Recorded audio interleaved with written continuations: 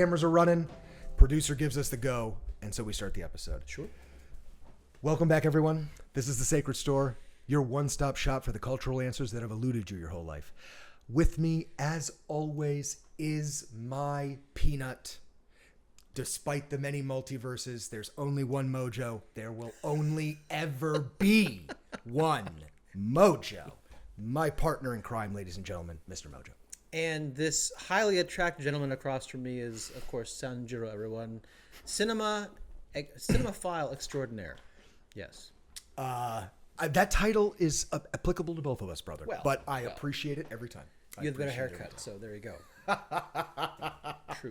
On the note of that haircut, I'm going through a life event we're not fully going to share with our audience, but I am under a very, very strict budget. And I get my haircut by Jimmy the Blind Butcher from up the street. He is a very elderly old man who is a staple in the neighborhood. He may be blind, but he cuts my hair by feel. And sometimes he's really, really accurate. Other times, not so much. I think it was a good week for Jimmy. Let's all be a little easy on Jimmy. He cuts my hair for free. I'm very appreciative. So anyway, this week we have decided to take head on our favorite mode of art, I think, which is motion pictures, which is film. Sure. And instead of doing what we normally do, a big retrospective that takes a chunk of film history and helps present it to our audience, we are going to look forward as much as we kind of can. Discuss the present and discuss the future of film. What is film today? What has it grown into and become? Sure. And so I think what not only are we going to do, we're going to talk about the medium, we're going to talk about other mediums that have stolen a lot of the market share and the bandwidth that used to go to film. But then we're also going to discuss what type of films are still being made, at least that are successful and making their money, and therefore that's the nature of film. Maybe remains the great democratic, art of our age, where when you buy a ticket to something, you're voting for that type of film, you're voting for that type of production. True. So when it's not a good idea to buy tickets for a film and a lark, like, oh, let's see this and laugh at it. What you're actually doing is telling people make a lot more of these types of films. So, right. Buying a ticket, especially to something in a theatrical exhibition nowadays, is a very democratic vote that I like this type of film and I want to see more of it. So we're going to talk about what type of films are getting greenlit, what type of films are getting produced at this time, and finding an audience. And a couple of them are traditional film types, a couple of them are very non-traditional film types, and that's part of what we're going to tackle here tonight. Sure. Now, one of the places we want to start is what happened to film, and I definitely think it was a combination of audience tastes changing. Everything is now altered to more of a home exhibition format. Everything. We are that type of instant gratification civilization, and everything moved away from physical media very quickly into this type of streaming thing. And as a result, it takes a lot to get someone out of their home to go see a motion picture. That's right. That's right. Even in the exact same way, if you can't get it on streaming, no one's going to go to a record store to buy your record anymore. Like, I hate to tell you that commercially, but that doesn't happen anymore. Right. So that whole aspect for that, and even whole other artistic mediums, is dead. And yet film is still trying. It's very true. I recall wistfully the times, even after the video stores, when Netflix was not known for what they're known for these days. They were mailing DVDs to your home. And I loved that phase. Remember frankly. Loved that phase. That was so interesting. That's how Netflix was born. For a lot of our audience will know that. It was they pushed Blockbuster out of business by mailing everyone their DVDs, and when you watched it after a number of times, you would mail it back to them. That's right. And for the time, it was revolutionary, and boy, did us movie files love it, especially because they had things like the Criterion Collection and a whole bunch of legendary, film buff films that at that time were quite inaccessible for us or very expensive. Criterion Collection and fancy DVDs like that. I used to buy from Borders Books or Barnes and Noble because it wasn't sold in it wasn't sold in the Blockbuster. Suncoast. You had to go to you had to go to a bookstore to get the esoteric DVDs and Ingmar Bergman's Seven Seal or something Oh, like yeah. that of course I had to own as a film student. I had to yeah. watch, but there isn't a large audience for, so I had to pay $35 for that DVD at a bookstore. True. More content than ever is being generated. It's just different. Right. Television as we used to know it is being replaced by us, by people just like you and I, content creators that do a lot of it for free, at least in the early phases until they build up a sponsor and an audience. Television itself has taken most of the market share away from film. True. In that it gives you a wider narrative scope. Now, we'll cover more of this at another time because this is an important part of telling film's narratives, film story. So we have to go into this. Film has a very, very narrow scope. You're expecting to intro characters to an audience, present them with a problem, have them grow and transition, and then have them resolve, all within 90 minutes. Or, of course, nowadays, if you push the envelope with 2 hours, you're supposed to tell that whole story in that little window. Now, when you go into filmmaking, you go into storytelling, you realize that's like trying to tell a whole narrative through a people. You're immensely limited. Sure. Film, its entire history, has suffered from that scope, even to the point where you would like characters to evolve and grow during sequels, but then those become nothing more than commercial vehicles that don't care about character exploration or growth, and so they very often fail the audience on that level. And so film as a narrative vehicle, frankly, fell short over a certain period of time. And I watched this develop in the early 2000s when you could look at a show, I don't mean to overcredit it, but something like Chase's Sopranos. I think that was the first to start to really prove on a high level that narrative, at least in that type of pay cable scope, can actually supersede a film narrative simply because of its scope. Maybe not yet in its quality, maybe not yet in its performance, but in its scope.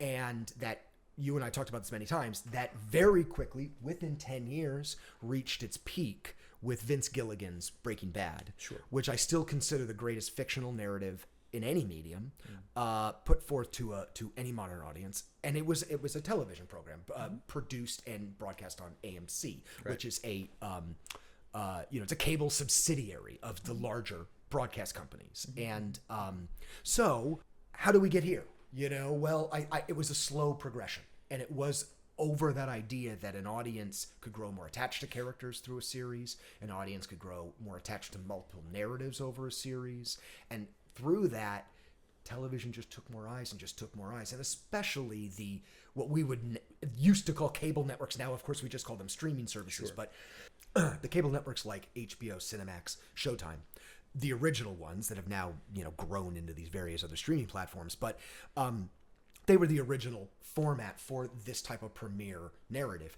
and it birthed this very early golden age of television. HBO had a ton of them, from 6 Feet Under,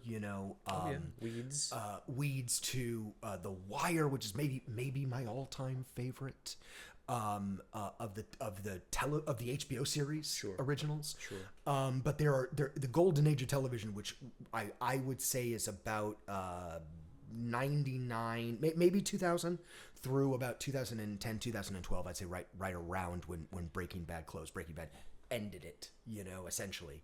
It was the full maturation a very quick maturation of that entire push to bring that level of narrative to that platform.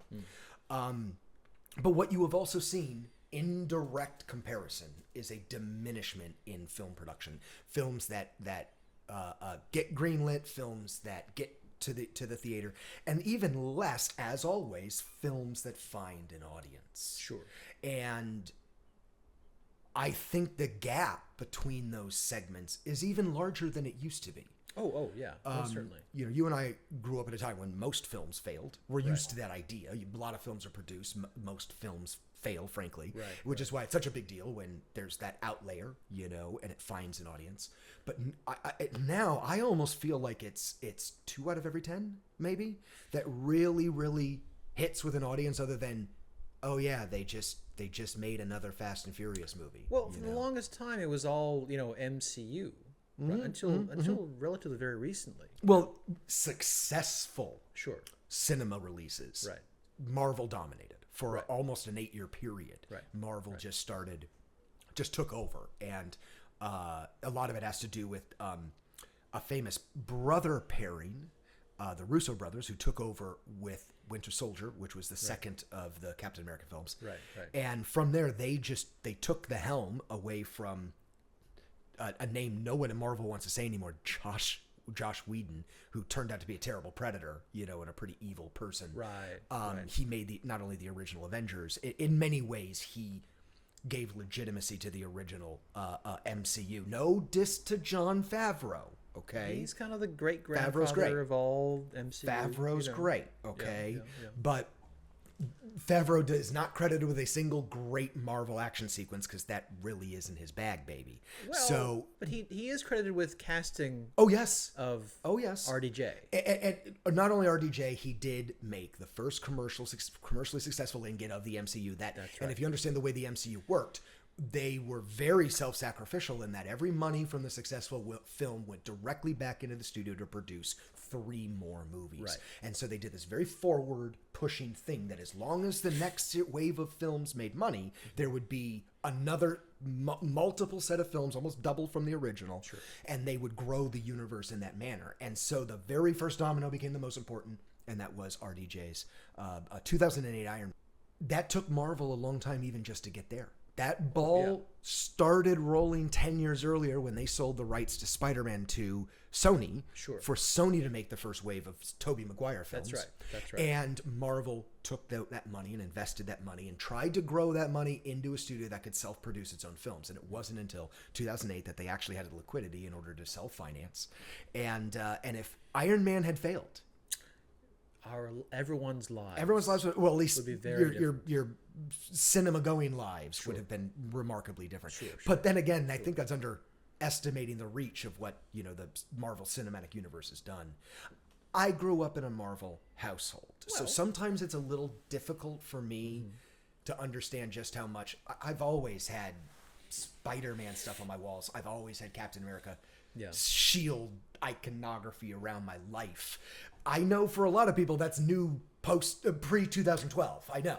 And so Dr. DC, thank you. Yes. And so it's so funny that I grew up a big Star Wars fan. The world was taken over by Star Wars. I grew up reading Marvel comics. If you had told me Marvel would be this ubiquitous when I was a comic fan in the early 90s, I would have laughed at you.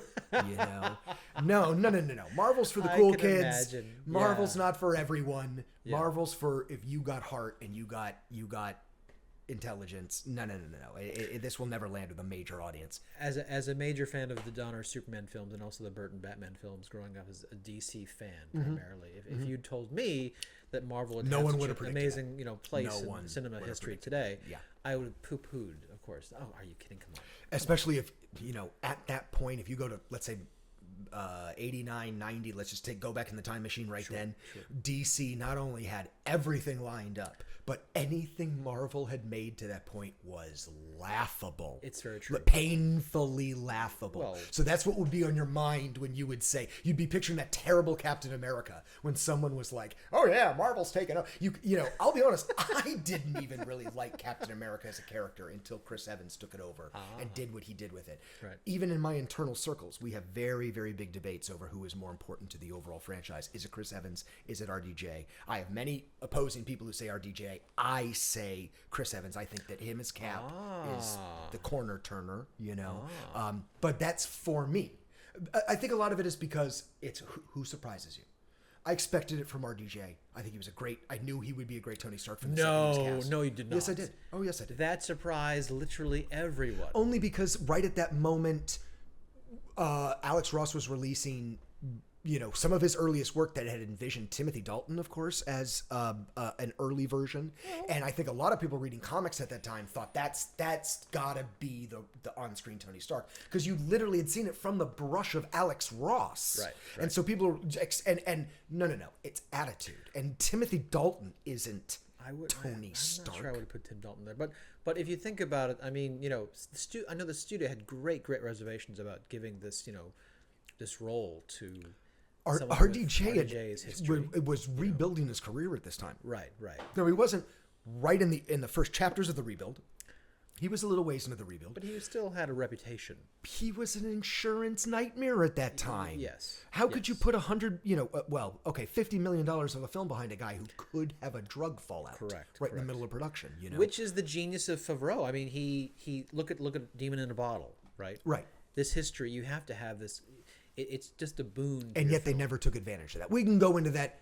That's a comic thing. Oh, sorry. We will save that for another episode for when we put our little comic hats on. Okay, we will save that for another episode. And disappointments of the MCU. That's one of the largest ones. Didn't go down into Tony Stark's alcoholism and how important that was to the character from the Marvel comic. Disney wanted to keep it, as light as possible. I think that may be number 2. Number 1 on it is the smart Hulk trip up, which we already went into. That they didn't properly cover that. Didn't do that on camera and make that one of the. Give it its own standout Hulk film that it was worth. Right. And if anyone had earned a solo, it was Mark Ruffalo. I'm so sorry, ScarJo. So sorry. If anyone had earned a solo film, it was Ruffalo. Anyway, because I would even say if we're really going to have a modern conversation, as much as we want to show respect to the MCU, that even era, that little 8-year era, was a window that has passed. I don't think you can make a film designed for that window again and have it land with an audience right now in 2024, 2025. I think people would be like, I saw that. Right. So the point we want to make is that there has been an evolution. It's even in the Marvel MCU. Right. It's going to be one of the main films we talk about tonight, which is, of course, the darling of all streaming that just came out on Disney Plus and broke all records, which was Deadpool and Wolverine. Right. We'll have a whole autopsy of that guy in just a few minutes. In fact, it's going to take up the bulk of our broadcast because it represents what we now call the meta film, a film that is highly self-aware. It is a motion picture and has one foot entirely outside of the medium inside the real world, to the point where if it's not winking and nodding at the fact that it is a motion picture, it may be a little too nose on, and the rest of it doesn't quite work. You remember what I said when I came out of the theater with you, right, that night, right? I said, yes. I'm not even sure that was I loved it, right, but I'm not even sure it's a motion picture at this time, right? That we have knowledge of today. And I've digested what you said, and I've thought about it. I think that's both you and the 20th century film guy, in both of us, resisting the change that this is, because it is a film. It's in that format, and it is a box office grossing record breaker, especially for the type of film it is, and the rating, the MPAA rating it has, which is rated R.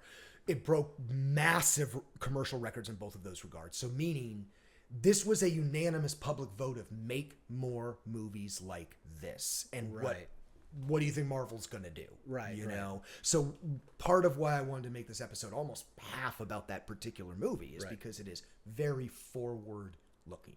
We're going to get a lot more of these. Let's save this analysis for the end of this episode. However, what I was going to say is that, I know that we're going to spend most of this, at least half of this episode, talking about movies that have been birthed, I would say, in spite of the MCU, or maybe even because of the MCU. That have become successful. Yes. Coming out about the same time as the heyday of the MCU. Yes. We wouldn't have had movies like this if they didn't have to compete against, Agreed. Avengers, America, Winter Soldier. Agreed. And it's a studio competing with itself.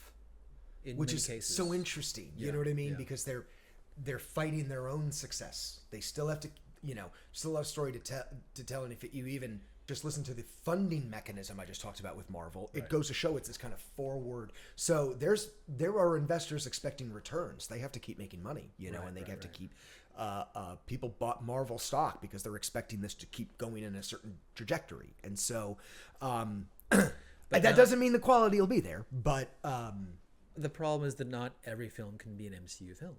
No, There's still have to be other films that are put out in addition, right? And they all can't be this tremendous gargantuan thing, right? Yes.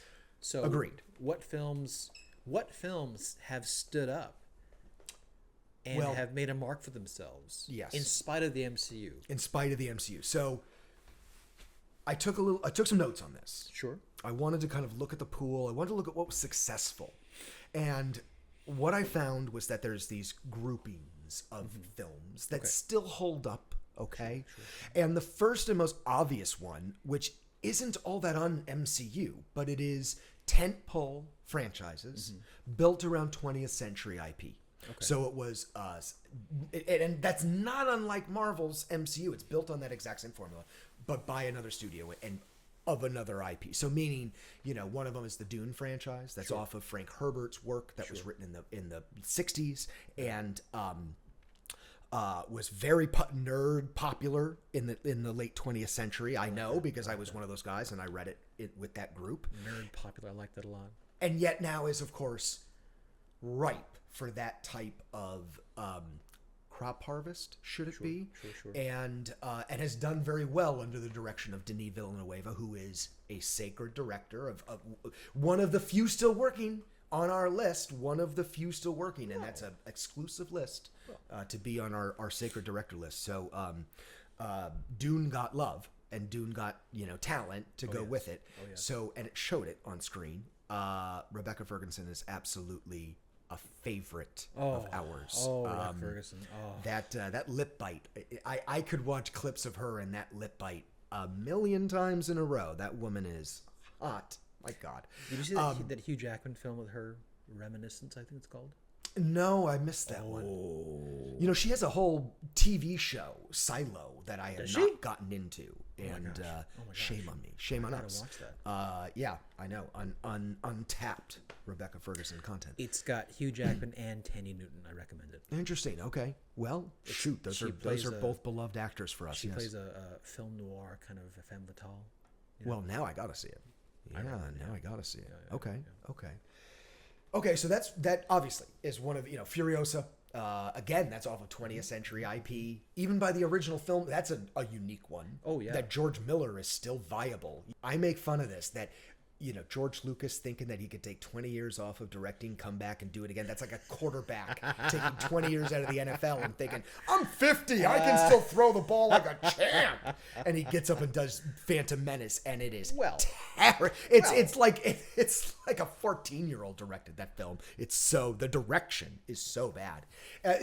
Production design, effects, the costumes, the score. There are a lot of amazing things about Episode 1. Not the direction, which was just terrible. George was always, not such a great writer. No. We love Star Wars. We live, eat, and breathe Star Wars. We are the Star Wars boys. When George wrote his own dialogue, some of the pulpiest, most difficult to get out of your mouth dialogue ever.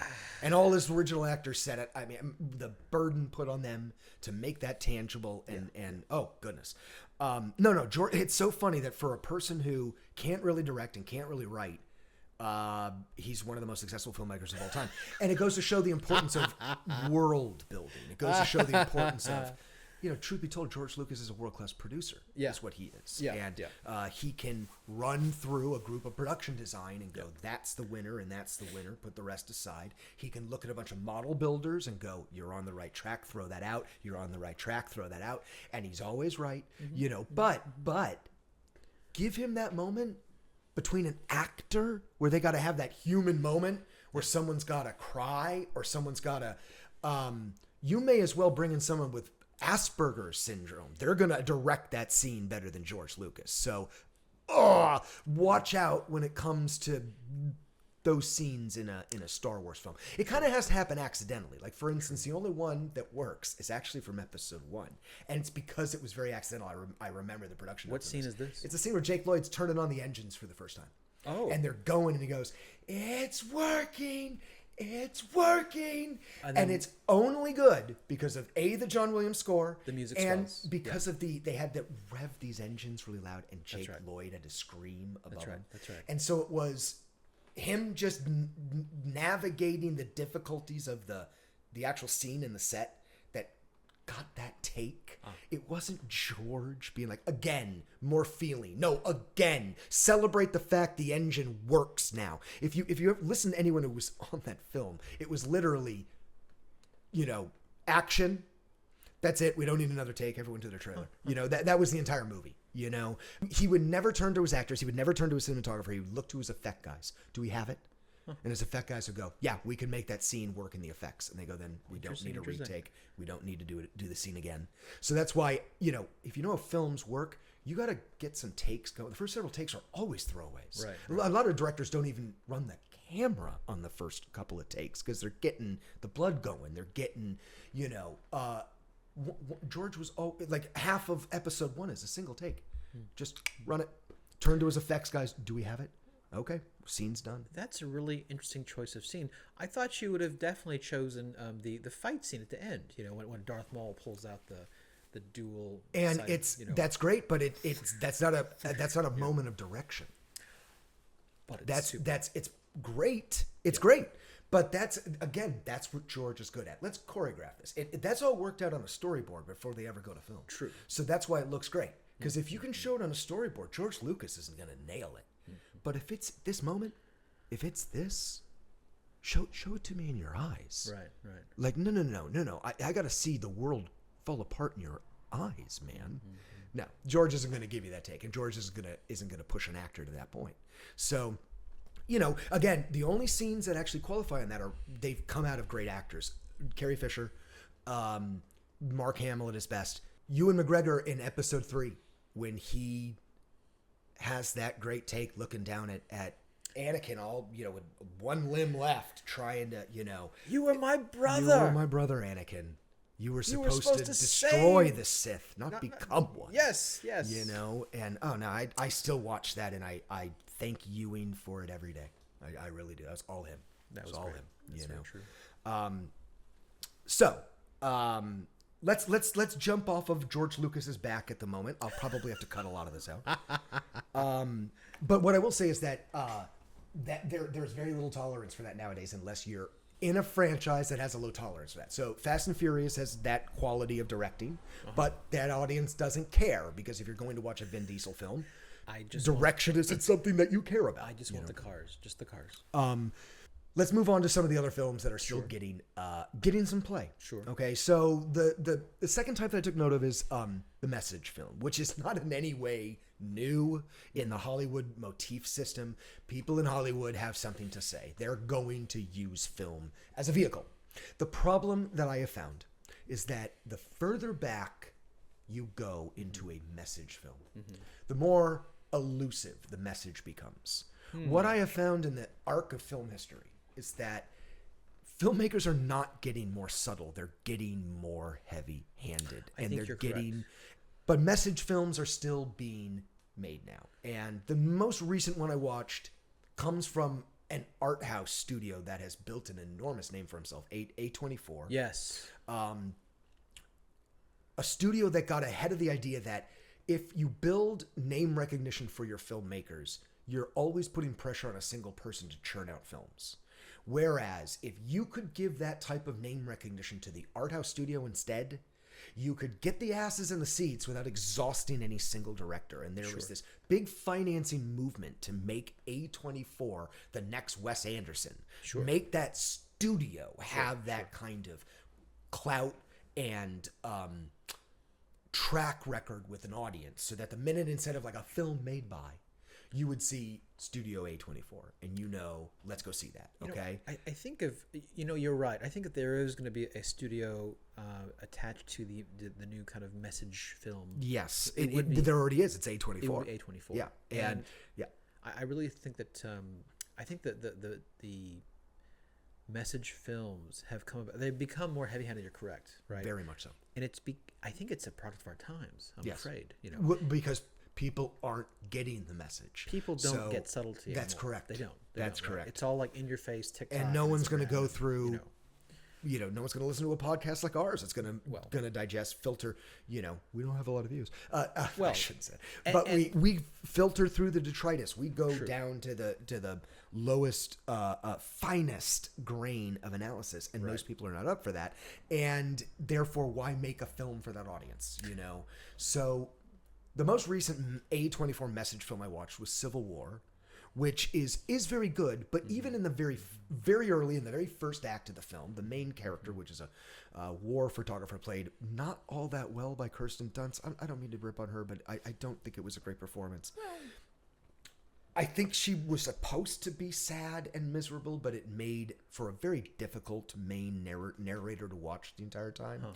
However, in the very first act of the movie, she's a war photographer.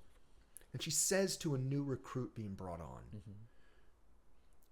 I've traveled around every war site in the world, taking photographs for our media publications. Sure. And every photograph of war I sent back, I thought I was telling America, don't do this. It doesn't take a fucking genius to realize Kirsten Dunst is talking to you, the audience, and she's saying that's what this film is. Right. America, watch this film and don't do this. It's a cautionary tale. Sure. Okay? Sure. And the whole film actually is built for a single scene. Now, unfortunately, that's not the purpose of the plot. I don't like movies that are made for a single scene. I don't. As much as that scene can be amazing, as much as that scene can blow your mind, making it for a single scene, there's a big sacrifice to it. The number one movie I would list for made for a single scene actually was Quentin Tarantino's Inglourious Basterds. That is written for one of the greatest scenes I've ever seen, which is the scene in the basement where the British spies are blown up by Nazi intelligence officers, and there is a big gunfight in the basement. The scene is for the ages and should be studied in every film class, and is Quentin Tarantino's single greatest scene. The rest of the movie is a B movie in comparison to that scene. There are other good parts to the movie. I'm not trying to throw the whole movie in the trash bin, but none of it is on the level of that scene. I thought for sure you're going to mention M. Night Shyamalan's Sixth Sense. I thought for sure you'd mention that as a. I think you know this. I don't like the Sixth Sense. I prefer Unbreakable. But as I'm a scene, Unbreakable. as a scene, you know. Yes, but even Unbreakable wasn't made for a single scene, which is the last scene in the comic store, and was made for that. And that scene again made it worth it. I wouldn't list Sixth Sense because I told my wife that scene was going to happen an hour before it did in the movie, and she looked at me when it happened, and she went, "Fuck you." Ruin this movie for me, and fuck you. Don't do that again. Next time you know what's going to happen, how about you just sit there and watch it? Oh man. Okay, you know, the truth is, yes, more heavy-handed films have been coming out recently, but I got to tell you, I'm kind of a fan. Well, I am, and I'll tell you why. Okay, this reminds me of that famous Chris Pine quote. Okay, hit me with it. Remember, Star Trek films for like a decade and a half, longer than that, had been coming out, and for the longest time, Star Trek was known for its very, very heavy-handed messages. Of course, okay? Absolutely. We're all Save the about whales. Infinite diversity in infinite combinations, right? Yep. Unity, right? Yeah. Right? Equality. Right? How do you think the Federation conquered space? They didn't do it fighting with each other. That's they right. didn't do it having wars over religion. That's right. No. They I think if you remember the story, poor good old Gene Roddenberry, humans got rid of money. Humans got rid of money, and we conquered the stars. Like, I love you, Gene Roddenberry. I fucking love you. You know. My favorite Star Trek film. I understand it's not the primary favorite of many Trekkies, but Star Trek 6. Yeah, you always mention this. Nick Meyer. Yeah. Oh, God, it was just a perfectly balanced film. Okay. 6 is. Please tell me that isn't the Final Frontier one. No, that's 5. That's 5. Thank God. Okay, because that was like not only bad, it's like one of the worst films I ever saw in my life. Shatner directed the only one. I mean, William. come on. Okay, 6 was about the disaster brought upon the Klingon economy. Oh yeah, and they had to refold them back into the Federation, right? Yes, okay. Yes. It worked on so many levels: political drama, assassination attempt. Just it was so great. Okay, but very clearly a message film. Yes. Okay. Yes. Which was in direct contrast to when Star Trek was brought back. Chris Pine was interviewed and said, Chris, this is a very, very heavy actionish, film. It's got exploding, like drone ships, and, action and running, and do you think we'll ever go back to the original kind of Star Trek, films? He said no. I don't. Audiences, modern audiences, are not going to really have the patience to sit through a kind of traditional message film like Star Trek was, right? Sure.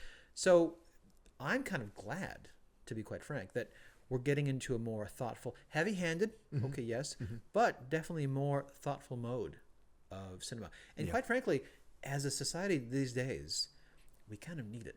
Okay.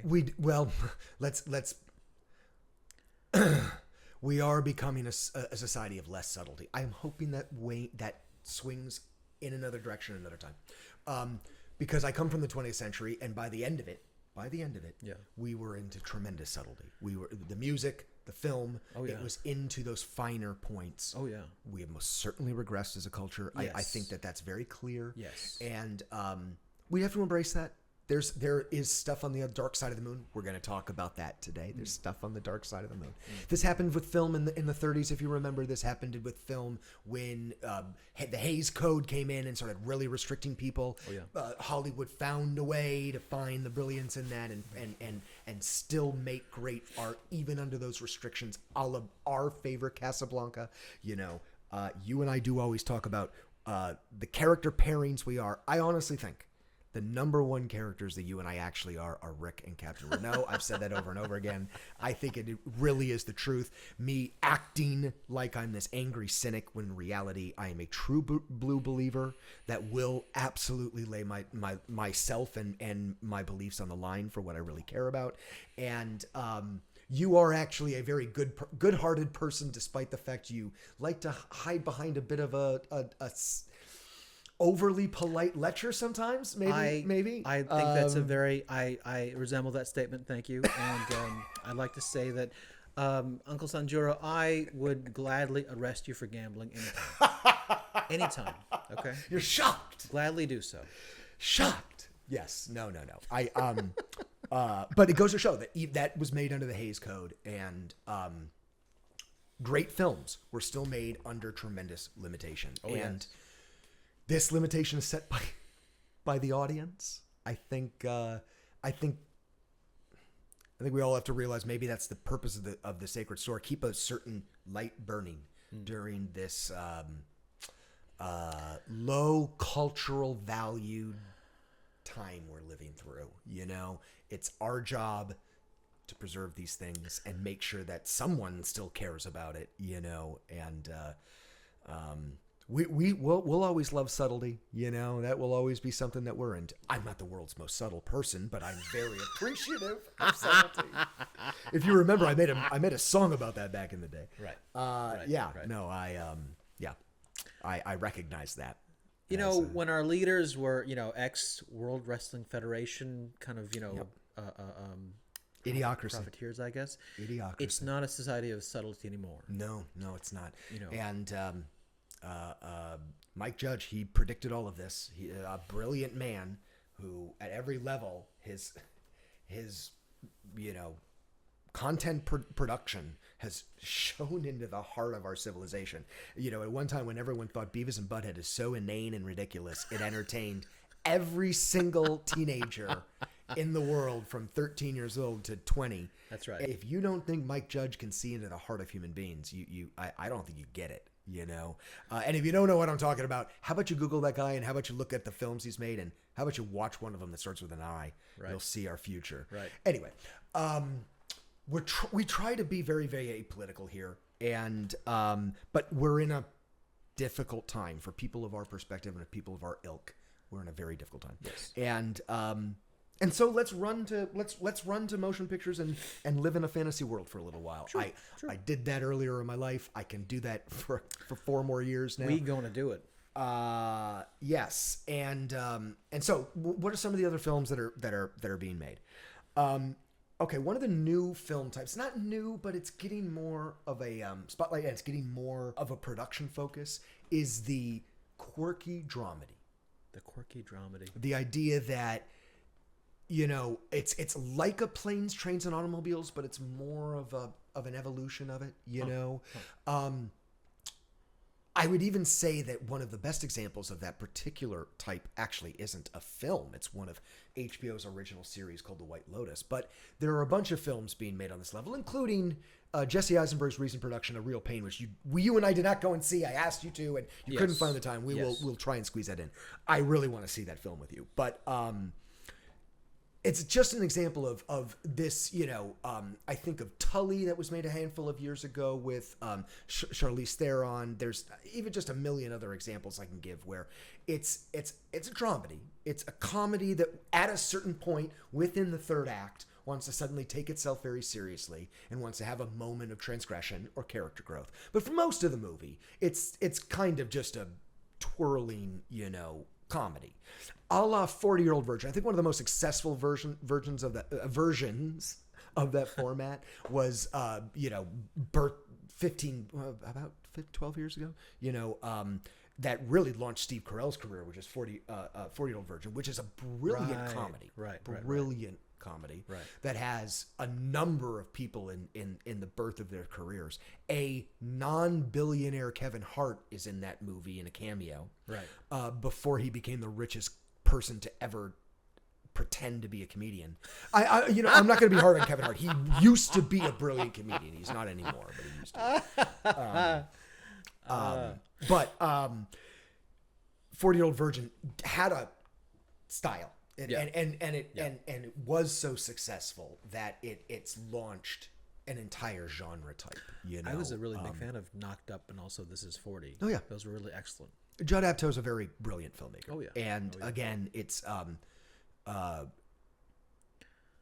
rewarding emotional intelligence. So if there is subtlety in the modern audience's taste, if there is subtlety in the universe of modern cinema, it comes from our universally elevated emotional taste for emotional intelligence. Now, it still doesn't seem to affect our overall national voting, and it doesn't seem, but it distills down to the media we ask for. Right.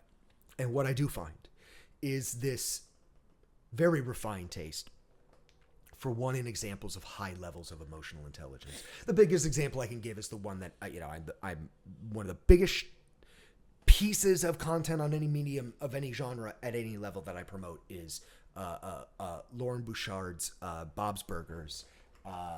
Obviously, giant fan. I can't stop talking about it. And its biggest weapon, its biggest claim to fame, is it is the most emotionally intelligent piece of content I can name. Not even just animated show, not even just television show, anything, film, anything. In terms of true emotional intelligence to the heart of it, nothing touches Bob's Burgers. And it is a perfect example of there is still quality in an audience on a mass scale that rewards this type of content production. So there is still that. Unfortunately, it's an animated TV show. You know what I mean? That took the reins from The Simpsons, and Family Guy, and now is, of course, the ubiquitous animated show that families bond on, children, parents from all levels. That's very valuable. Back to the Disney modality. What Disney wanted to do was build these theme parks where a family could have fun together. At his time, children had fun, parents sat and watched, and then vice versa. When parents wanted to have fun, the children went to bed, and he wanted to make a world where parents and children could have fun together. That is a very, very magical thing. You have a wonderful relationship with your son. You two have fun all the time. And it's a very valuable thing when those two generations can share those things. Sure. And Bob's Burgers, like The Simpsons before it, is now, one of the great modalities of media that those generations can bond on and can share and can also use as a vehicle with which to have these narratives and have these emotionally difficult but intelligent discussions sometimes. So there is room for that in film, but it's the much more edgy, the much more pushing it kind of side. And it usually has to do with personal failure, usually has to do with personal communication failure, and again is that delving into the emotional intelligence side of what an audience wants now. Right. So there's a bunch of those. You and I will have to see A Real Pain, and we'll share our opinions on it after we catch it. Sure, of course. Because it really, I'm a big Kieran Culkin fan after Succession. I just think he is absolutely a superstar, and him plus Jesse Eisenberg in this as a self-produced thing, I think is going to be real strong. I don't know why I'm promoting a film I haven't seen yet. Let's move on. So we got to be near halfway. I haven't gotten any signals from the kid, but we got to be near half. All right. We're going to get to what we even decided to talk about. Considered even putting on the Wolverine outfit for this, but still going to save that for another time in the future. What we are going to talk about is the meta film, this new thing where when you and I were being taught about film, when we were studying it in film school, there was this idea of the auteur. It was a person who was more than just the director. He was more than just the writer. He had such control over the film that on every level he was contributing. Correct. And we would use this French term called the auteur, which really means author. It's a French, but Sure. when you use that in terms of in a film, if you think about it, an author does everything in the book writing from other than the editing. And so when you give that credit to a filmmaker, when it's made by an army of human beings, you're giving a lot of credit to one person. And so the point I'm making here is that the meta film, in a way, at least in the example we have here, can only be made by a type of modern auteur, but one that has to have such a media presence, one that has to have such name recognition, that can then be part of what is leveraged in the meta fulcrum here. Right. Okay. I would replace, I'd say media understanding. Sure. Okay. Yeah. Yes. So Yeah. I think if we're going to dive into Deadpool and Wolverine, let's have a couple of minutes to talk about Ryan Reynolds, because he's a very unique individual. Oh, and yes. I think a lot of people who don't fully know him, just crush on him as a film star, may not fully understand his whole portfolio. So let's quick talk about the fact that Ryan Reynolds is actually a billionaire by not in the Kylie Jenner sense of being a billionaire, which is this weird assessment of adjusted value. No, he's a billionaire in that he actually, whether in liquidity or in assets, has about $1 billion in his reach. Now, he is, of course, the owner of Mint Mobile, which is a low cost communications provider, which is really big for certain age groups. And he has something like 50 million subscribers nationwide, which if that's $15 to $30 a month, that's an enormous revenue stream for a business that, they're not laying communication, They're not building towers. lines. They're not building towers. Yeah, they're just using stuff. So that's a big revenue stream for him, but it is not his biggest one. And it's also not film. Right. He created an advertising company that does this type of what now people are calling zeitgeist advertising. And what it really means, other people as a kind of pejorative term call it meme advertising. And it's the idea that if you do something viral, whether that is a short video you post either on TikTok or YouTube or wherever else, or you make some other meme that goes viral and real viral, he has advertising folks that are going to look and see what and how that pairs with their clients. Let me give a hypothetical example. Sure. You make a really funny viral video about your dog spilling a bunch of dog food. Okay? One of their clients is IMES. So they'll go to you and go, our client is IMES. We want to use your video. We also want to refilm some stuff, and we want to amp it up, and we want to use that as an advertising campaign for IMES. And we want to make it in a couple of days because your video just went viral, and within a week, we want the IMES commercial to be out to capitalize on the viral element of your video. Sure. So that the other half of the people who are going to watch that viral video won't be watching that viral video. They'll be watching our new IMES advertisement. Right. That has made him very, very wealthy. Not only is it a very innovative motif, it's helped him corner a big part of the market. Like if you watch a bunch of advertising and you look at it with that idea that, okay, look at videos that are recycled, you're going to see a lot of these advertisements that come from his firm. So this is the type of person we're dealing with. We're dealing with an individual who can ride the modern zeitgeist like Paul Atreides rides a worm. Like this guy gets it, and he knows where to throw the hooks. And this guy also happens to be a film star, and he also happens to be one of the most exclusive guilds in Hollywood, which is not the Actors Guild, not the Directors Guild. It is the PGA, the Producers Guild of America, which, if you actually know, has the highest walls to get into and is the most difficult guild to get that little PGA next to your name. Right. Well, next time you watch Wolverine and Deadpool, take a look and you'll see next to all of Ryan Reynolds' credits, because he is not only in that guild, he pulled a lot of his own weight. Let's describe the difference of that to our audience. If you're an executive producer, all you did was cut a check. Or to an extent, you found financing. It may not come directly from your pocket, but you were the source. You connected people with that financing source. And you're the voice for that. So if it's a firm, if it's an investment group, you're still the representative for that money. Sure. Makes you the executive producer. An actual producer is a person who shows up on set and says, how are we going to find a fire truck to blow up for our big action scene at the end of the movie? The director just goes, where's my fire truck?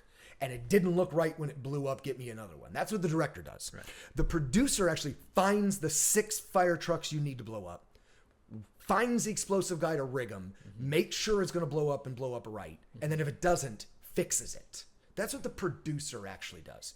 So when you have a meta filmmaker with a PGA little title next to his name, there's going to be a lot more pull to that power. It's going to be very different than what you've seen in the past. And frankly, the only other example I can really give of it when I start really thinking about it is a type of Orson Welles. A person who at like every level is going to stick his finger into something and say, I've been making film my whole life. Ryan Reynolds made films as a teenager and was integral to production in his late 20s, and he's now older than us. And no, he isn't. He's just about our exact same age. Anyway, I just didn't want to admit that to our audience. I remember when I interviewed David Goyer. Yes, for what was it, Blade 3? Yeah, Blade sure. 3. And we talked a lot about Batman Begins at the time because he was doing the script, right? Mm-hmm. And he told me that this actor Ryan Reynolds, this new kid, would be one of the biggest stars in Hollywood. Yeah. I said, well, I mean, he's really handsome. Yes. But you're underestimating his comedy ability. Yeah, he said, yes, he'll be one of the hugest stars you'll see. Even without all the financing brilliance and production insight I just spoke of, even without all of that. Right. Just on pure cast him, put him in front of the camera. Sure. He is a modern Steve Martin. He is very good looking and immensely funny. His natural comedic brilliance. Very true. Impresses me every time he flexes, like Arnold's biceps. Every time. So that's impressive. Wow. A small example is in the very opening of Deadpool and Wolverine, you hear the Marvel music. Right. And as it starts to fade out, he starts to hum along with it. And he, and he goes, boy, that really gets you that intro music gets you pumped, right? I watch the movie again. Listen to the way he says, right? He hits that. Right. In a way that I could have said it 100 times. I wouldn't have had the take.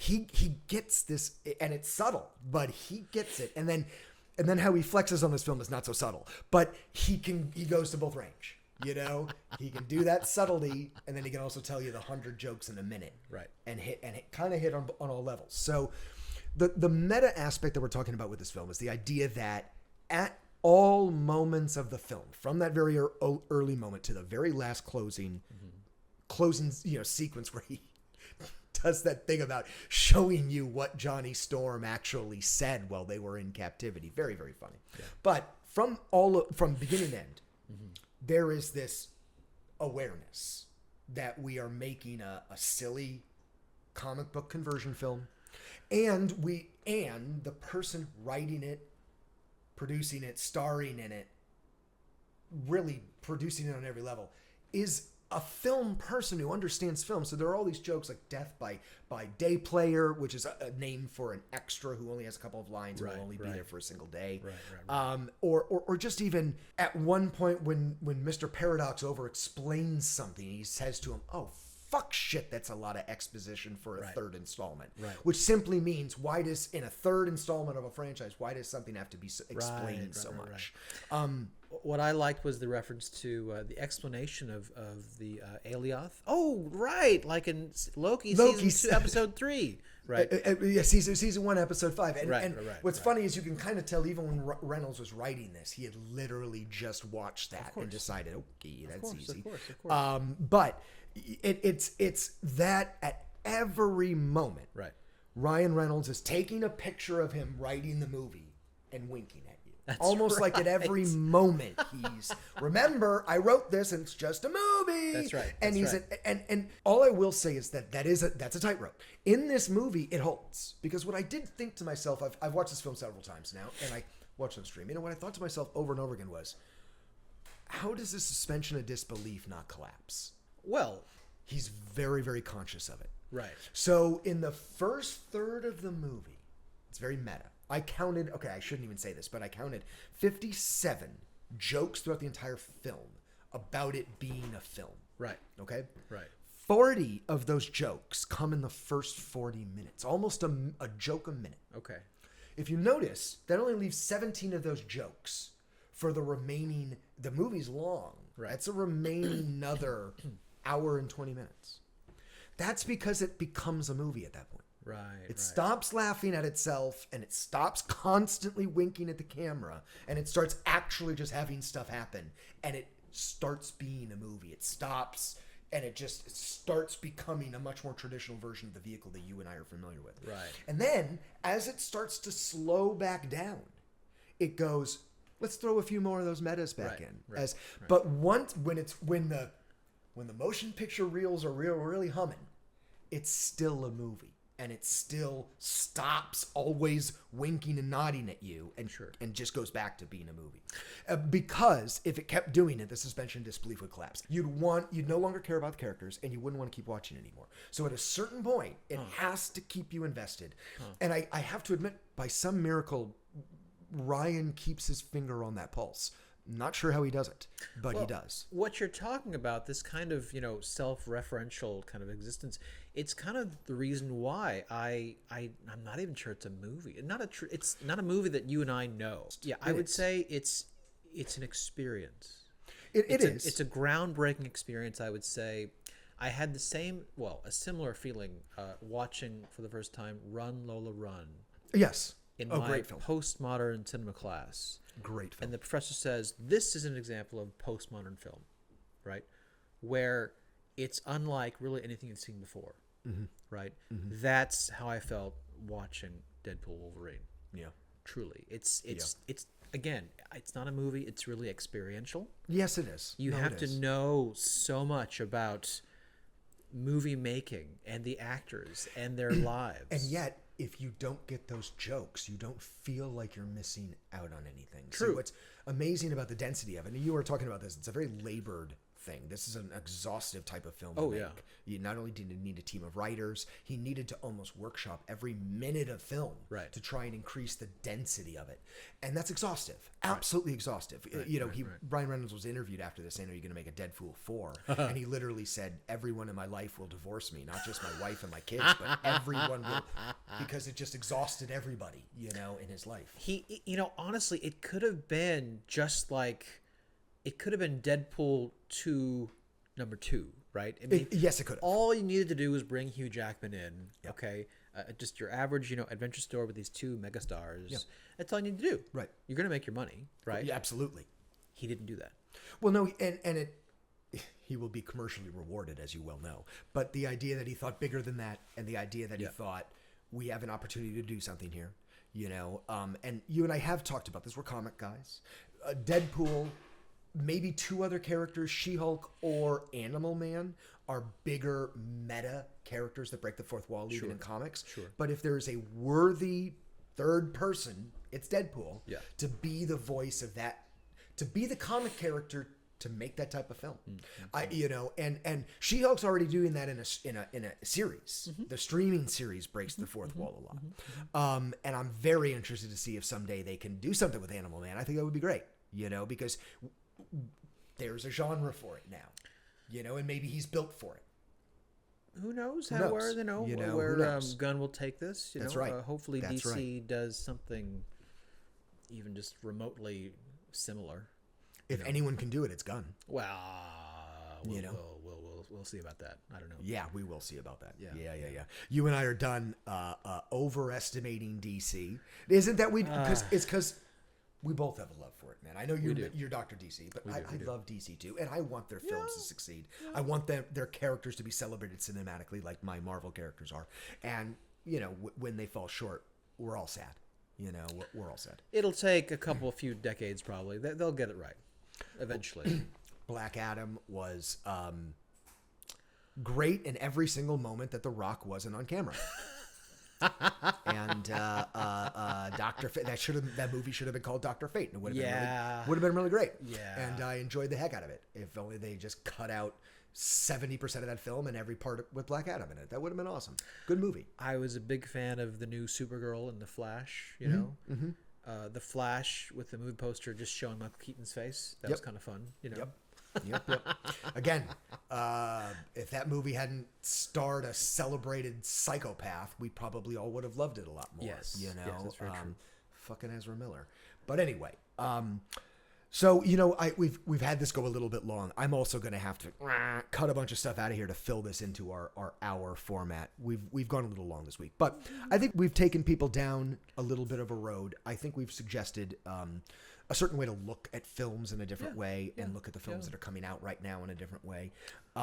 We do encourage you, go see films in the theater. Let's please try, even in its diminished form, to at least keep that format in place. I don't want brick and mortar theaters to close fully. I would still like to be able to go watch a new movie in a room full of strangers. That would be really nice. There's only a certain type of film nowadays that rises to that level and that actually gets there. Everyone, go visit the Grand Lake Theater. Yeah. It's a beautiful, beautiful theater. Go visit. Yes. Go visit tonight. Go to the Grand Lake. Okay, Absolutely. very true. Very true. Absolutely. Yeah. All right. Well, we will be back as always. The next episode we have is going to be our Christmas episode. Yes.